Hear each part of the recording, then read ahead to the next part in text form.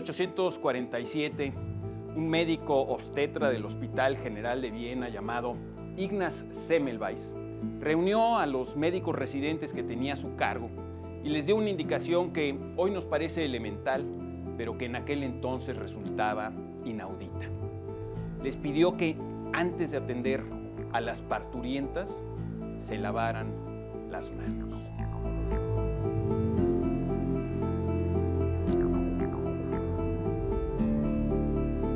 En aquel entonces se creía que las enfermedades eran desequilibrios de los humores del cuerpo y que las epidemias se propagaban por efluvios enrarecidos que llamaban miasmas, que en griego quiere decir mancha o contaminación.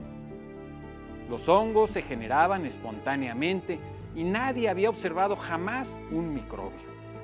Aunque algunos sabios habían postulado desde el siglo XVI la idea de que las enfermedades podían transmitirse por algún tipo de organismo pequeñísimo, la opinión dominante era contraria a su existencia. Después de todo, nadie había podido verlos. Creer en los microbios era como creer en los fantasmas.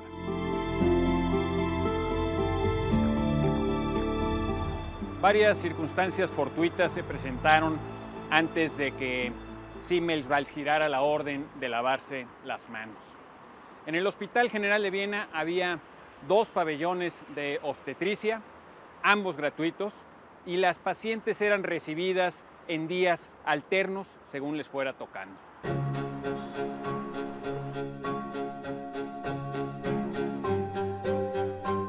Pero en el pabellón primero la mortandad era muy alta.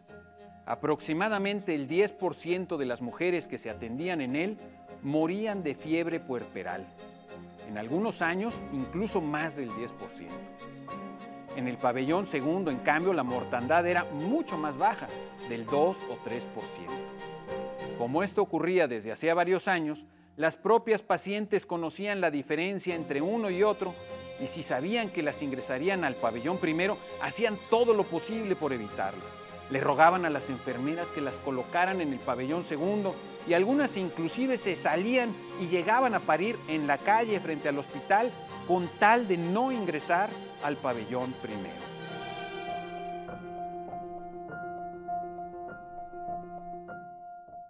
El doctor Semmelweis observaba todo esto con preocupación y ojo clínico. Se dio cuenta de que inclusive entre las mujeres que daban a luz en la calle, los casos de fiebre puerperal eran muy bajos, muchísimo menos que los que se presentaban en el pabellón primero.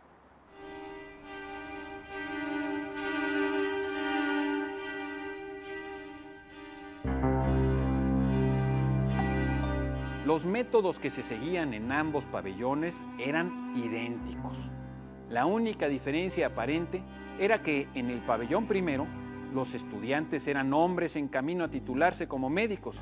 En el pabellón segundo eran mujeres que se estaban formando como parturientas reconocidas legalmente. Pero procedían exactamente igual. Hacían lo mismo en las salas de parto, así que debía existir algo más.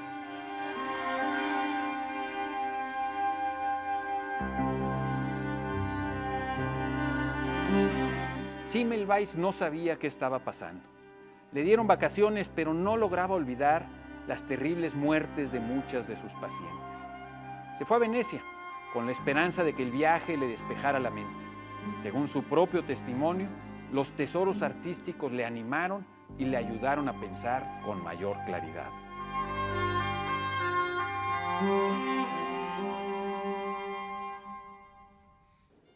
Apenas había vuelto al hospital cuando un amigo suyo, otro médico apellidado Kolečka, que daba clases de medicina forense, se pinchó por accidente con un escalpelo que había sido utilizado previamente por uno de sus estudiantes en el cadáver de una parturienta.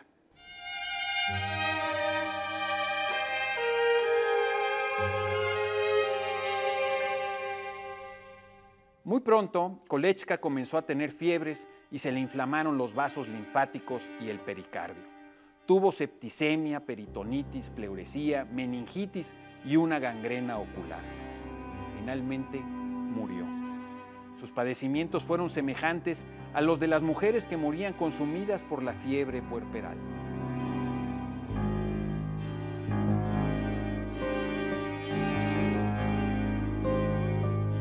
Entonces Semmelweis se dio cuenta de otro detalle importantísimo. Los médicos del pabellón primero solían tomar clases de medicina forense antes de atender a las parturientas, es decir, entraban en contacto con cadáveres antes de atender sus partos.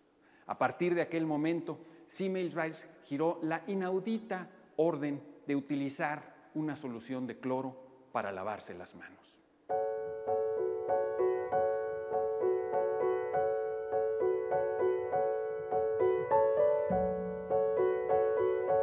De inmediato los casos de fiebre puerperal se redujeron drásticamente y se salvaron muchas vidas y muchas orfandades. Como escribiera el poeta latino del siglo I a.C., Publio Sirio, cometerías muchos menos errores si supieras qué cosa ignoras. Hasta aquí, la historia de Semmelweis es una historia feliz y expansiva.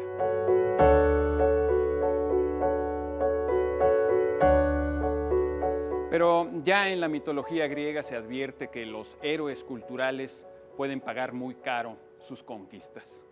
Prometeo fue el gran benefactor de la humanidad y por eso mismo fue sometido a un espantoso castigo. Ignaz Semmelweis, sin formar parte del elenco de la mitología, bien merece el título de moderno Prometeo.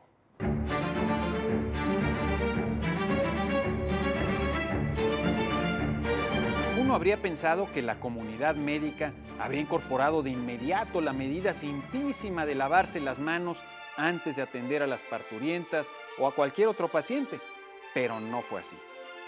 Los únicos que aplicaron la medida fueron los médicos que estaban bajo la supervisión directa del propio Semmelweis. Algunos de ellos escribieron cartas a las publicaciones médicas que las publicaron, pero realmente no cambió nada.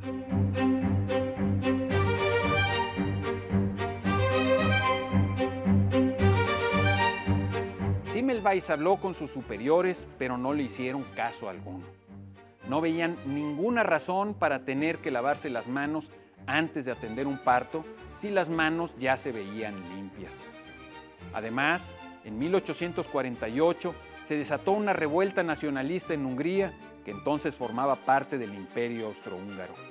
El director del Hospital General de Viena comenzó a ver con suspicacia a Semmelweis, que había nacido en Budapest, y apenas tuvo oportunidad, lo despidió.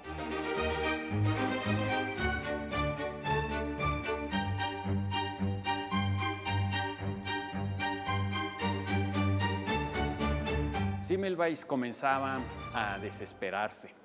Cuando lo despidieron, los médicos del Hospital General de Viena, los obstetras, dejaron de lavarse las manos. Las muertes, por supuesto, volvieron a dispararse. Pero nadie le hacía caso, nadie seguía sus recomendaciones. Escribió por fin un artículo científico con estadísticas que parecía contundente, pero cuando fue publicado no cambió nada. La mayoría de los lectores lo malinterpretó, pensando que era apenas una variación sobre la teoría de los miasmas y que no tenía nada nuevo que aportar.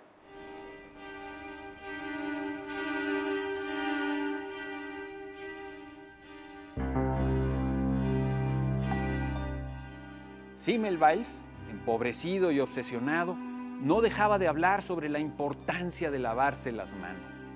Acusó a los obstetras de ser unos asesinos por negarse a seguir tan simple procedimiento, lo que, desde luego, no le ganó muchos amigos. Es más, su propia mujer pensó que estaba perdiendo la razón.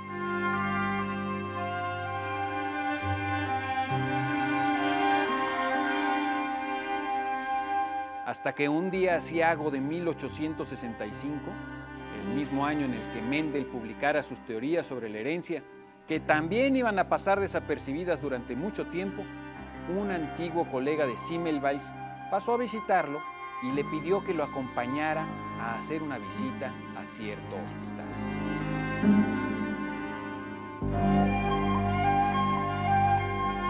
Apenas entraron al hospital, Semmelweis se dio cuenta de que le habían tendido una trampa y trató de huir.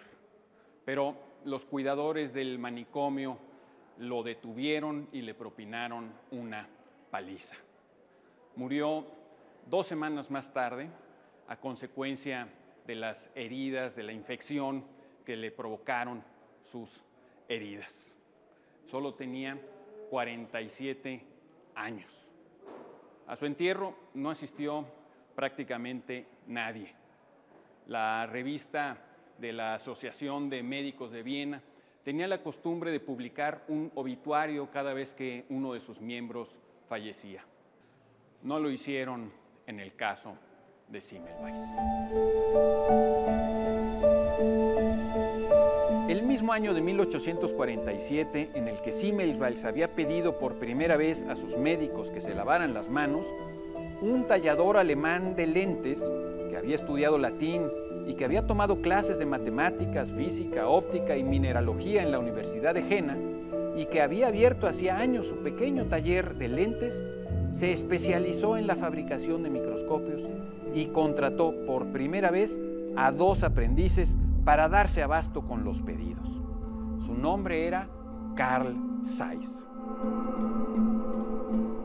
Para 1865, el año en que murió Semmelweis, Carl Zeiss había vendido cerca de 1000 microscopios. Poco después se asoció con el físico Ernst Abbe, cuyo perfil está ilustrando esta escena, y entre ambos mejoraron la calidad de sus lentes y fabricaron microscopios mucho más poderosos, microscopios que abrirían nuestros ojos a el mundo microscópico viviente.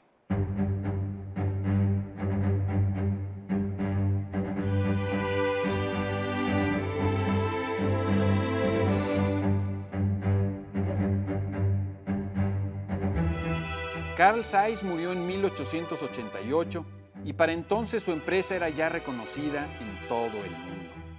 Los microscopios de Zeiss fueron indispensables para dejar atrás la noción de los miasmas y erigir la teoría de las enfermedades causadas por gérmenes.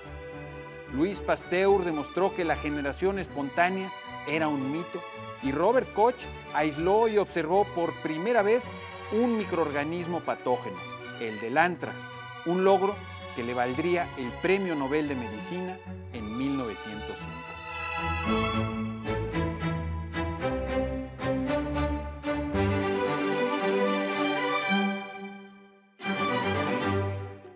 Poco después de recibir esta distinción, Robert Koch envió una carta a los descendientes de Carl Zeiss diciéndoles que sin sus microscopios él jamás podría haber hecho sus descubrimientos. Soy Pablo Boullosa. El arte y la ciencia hacen más amplia nuestra visión del mundo. Usted tiene la palabra.